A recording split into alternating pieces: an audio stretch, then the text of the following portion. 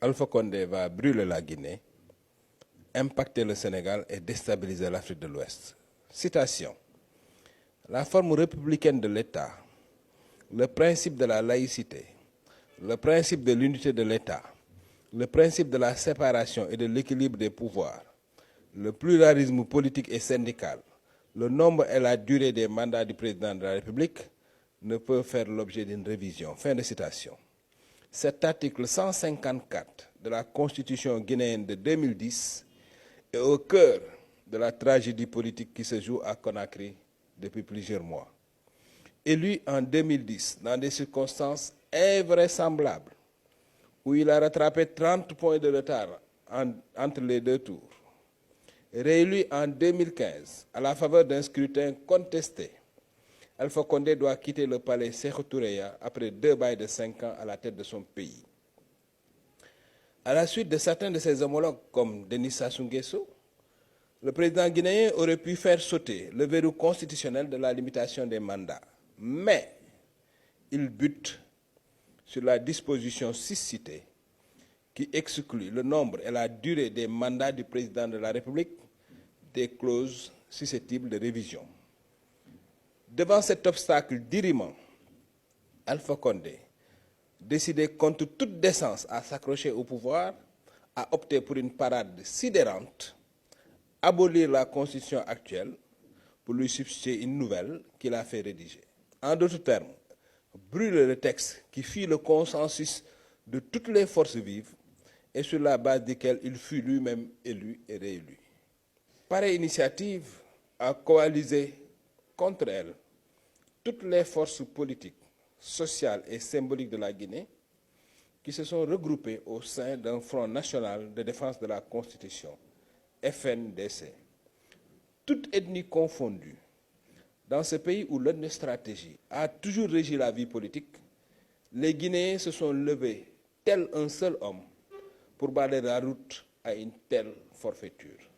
À commencer par les Malinqués dont fait partie Alpha Condé. Ainsi de Seck Sako, qui a démissionné de son poste de ministre de la Justice en signe de désapprobation du changement de constitution. Ainsi également de Lansana Kouyaté, d'Ousmane Kaba et d'autres leaders issus de la Haute-Guinée actifs au sein du FNDC. Force symbolique importante dans l'imaginaire populaire, l'imam de la grande mosquée de Conakry a publiquement déclaré son opposition à un éventuel 3e mandat. De même que son homologue de Kindia, mais aussi et surtout le contigui de la Basse-Guinée, chef coutumier de la collectivité Soussou, l'équivalent du Grand Serigne de Dakar, en plus populaire et en plus influent, qui a craché sur 350 000 $ avec lesquels on tentait de le soudoyer pour inviter Alpha Condé à sortir par la grande porte. Le locataire de Sékou Touréya semble sourd à ces nombreuses voix discordantes, pris en otage par son propre système, fondé sur la corruption et sur une surenchère extrémiste et loyaliste. Depuis une décennie, en effet, celui qui est arrivé au pouvoir à 74 ans, après toute une vie passée à exercer le métier d'opposant, a mis en place un système de pillage des ressources énormes de la Guinée, dont l'impéritie n'a d'égal que la médiocrité des résultats économiques et sociaux. La Guinée, grand corps malade de l'Afrique de l'Ouest, s'enfonce chaque jour davantage dans la misère économique et la régression sociale.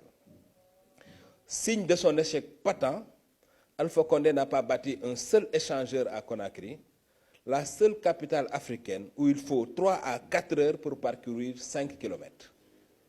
Au même moment, l'exportation de la bauxite est passée de 15 millions à 60 millions de tonnes par an, dans un contexte où les cours ont flambé et où la dépendance du monde à la Guinée s'est considérablement accrue.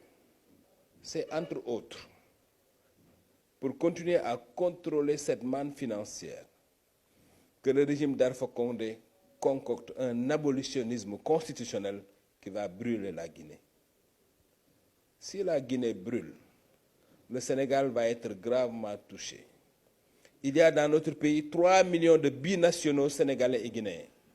Si ce pays voisin bascule, nos villes et campagnes vont accueillir des millions de réfugiés du fait de la proximité sociologique entre nos deux peuples. sans compter tous les risques sécuritaires. Le Libéria, la Sierra Leone et la Guinée-Bissau, encore convalescents, vont être impactés par les dégâts. En un mot comme en mille, le goût démesuré pour le pouvoir d'une personne de 84 hivernages fait peser de lourds risques de déstabilisation sur toute l'Afrique de l'Ouest. Le Sénégal, la sous-région ouest africaine et le monde ne doivent pas regarder écrire en Guinée un scénario rouge sang. Le président nigérien, Mahamadou Issoufou, a eu raison de le rappeler au cours d'un récent sommet de la CEDEAO. Notre sous-région a dépassé la question du respect du nombre des mandats présidentiels et ne doit plus revenir en arrière. Fin de citation. Cheikh Yérim Seck.